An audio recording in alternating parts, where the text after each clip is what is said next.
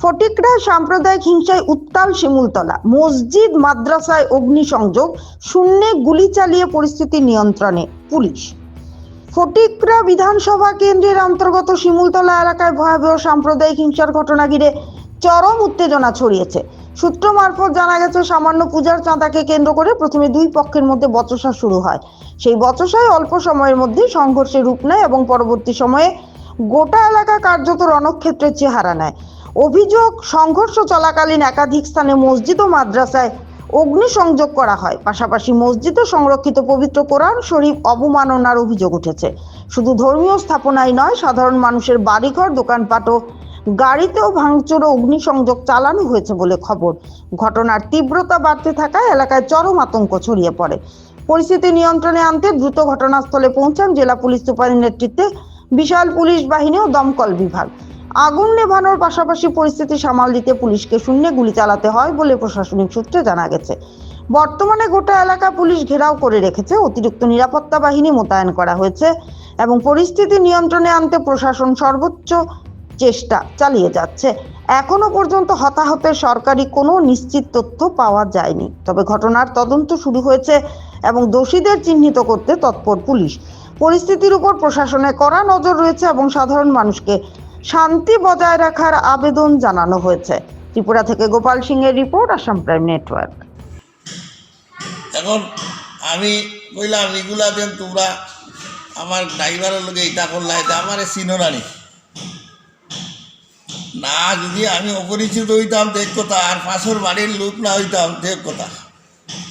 তখন তারা কয় না, এটা পাশের বাড়ি উঠি নাই, এখন ভৈরব পূজার চান্দা দিতেইব, নতুবা গাড়ি ছাড়া হইতো নাই।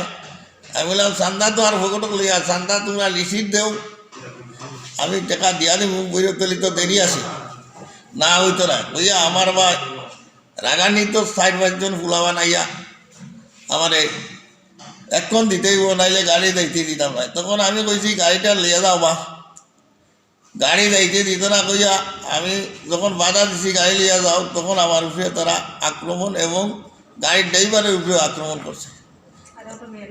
আর একজন ও পরবর্তী সময় একজন মেয়েলুক শিক্ষা শুনিয়ে আমার পরে মেয়েলুকটারে তারা মাইদুর করছে। এখানেই শিমুলতলা বাড়ি, লিয়াকত আলী স্ত্রী আস্থা কিতা, হ্যাঁ আস্থা বেগম, এবং কুমারঘাটের যে টুকটুকি ড্রাইভার তাইনেরও মাইদুর করছে।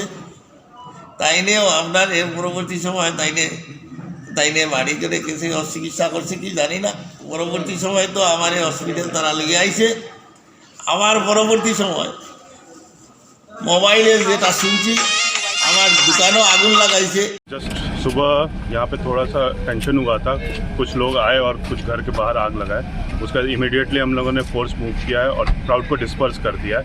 एरिया में एसडीएम साहब ने अभी 144 भी लागू कर दिया, 163 BNS, और सिचुएशन अभी क्राउड डिस्पर्स हो गया है, पीसफुल है। फोर्स यहाँ पे बहुत ज़्यादा मूव कर रहा है। हम लोग धीरे से अभी फ्लैग मार्च भी निकालेंगे और सिचुएशन अभी पीसफुल है। हमने और डीएम साहब ने भी विजिट भी किया है और देख रहे हैं एंड सिचुएशन अभी कंट्रोल है। सर किसी को अरेस्ट किया है क्या?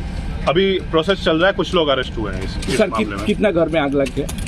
ये अभी डीसीएम साहब जाके वो कर रहे हैं। हमने जो देखा 2-3 घर हमें दिखा है, 2-3 घर के बाहर जो वो घास रखा रहता है उसमें आग लगा हुआ है। वो फायर सर्विस उनको टेंड भी किया, बुझा भी दिया गया है।